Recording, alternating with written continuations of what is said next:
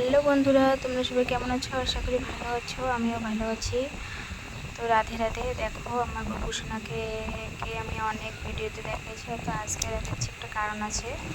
তোমরা আমি দেখাচ্ছি যে দুজন মন্দিরে প্রণাম করতেছে, মানে ভক্ত মন্দিরে আসছে গোপালের জন্য কিছু একটা নিয়ে আসে। আমি সেটাই দেখাবো তোমাদেরকে। তো কেমন হয়েছে কমেন্টে জানিও।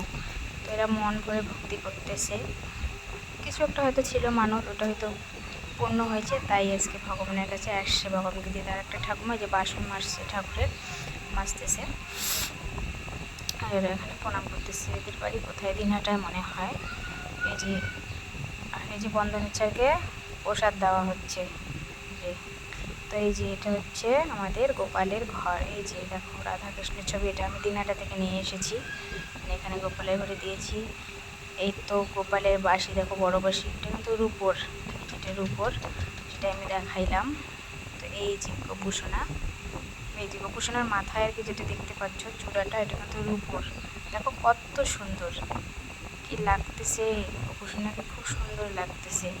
রাখাল রাজা হয়ে বসে আছে আসনের মধ্যে। এই যে রাধা কৃষ্ণ, কৃষ্ণটা রূপার আর রাধারটা এমনি কেনা। রাধার এখনো বানিয়ে হয়তো দিতে হবে না, কোনো ভক্তই হয়তো এমনকি ভগবান কৃপা করলে দিয়ে দিল। এদের সত্যশীলা নারায়ণ আমাদের আর মা লক্ষ্মী একসঙ্গে।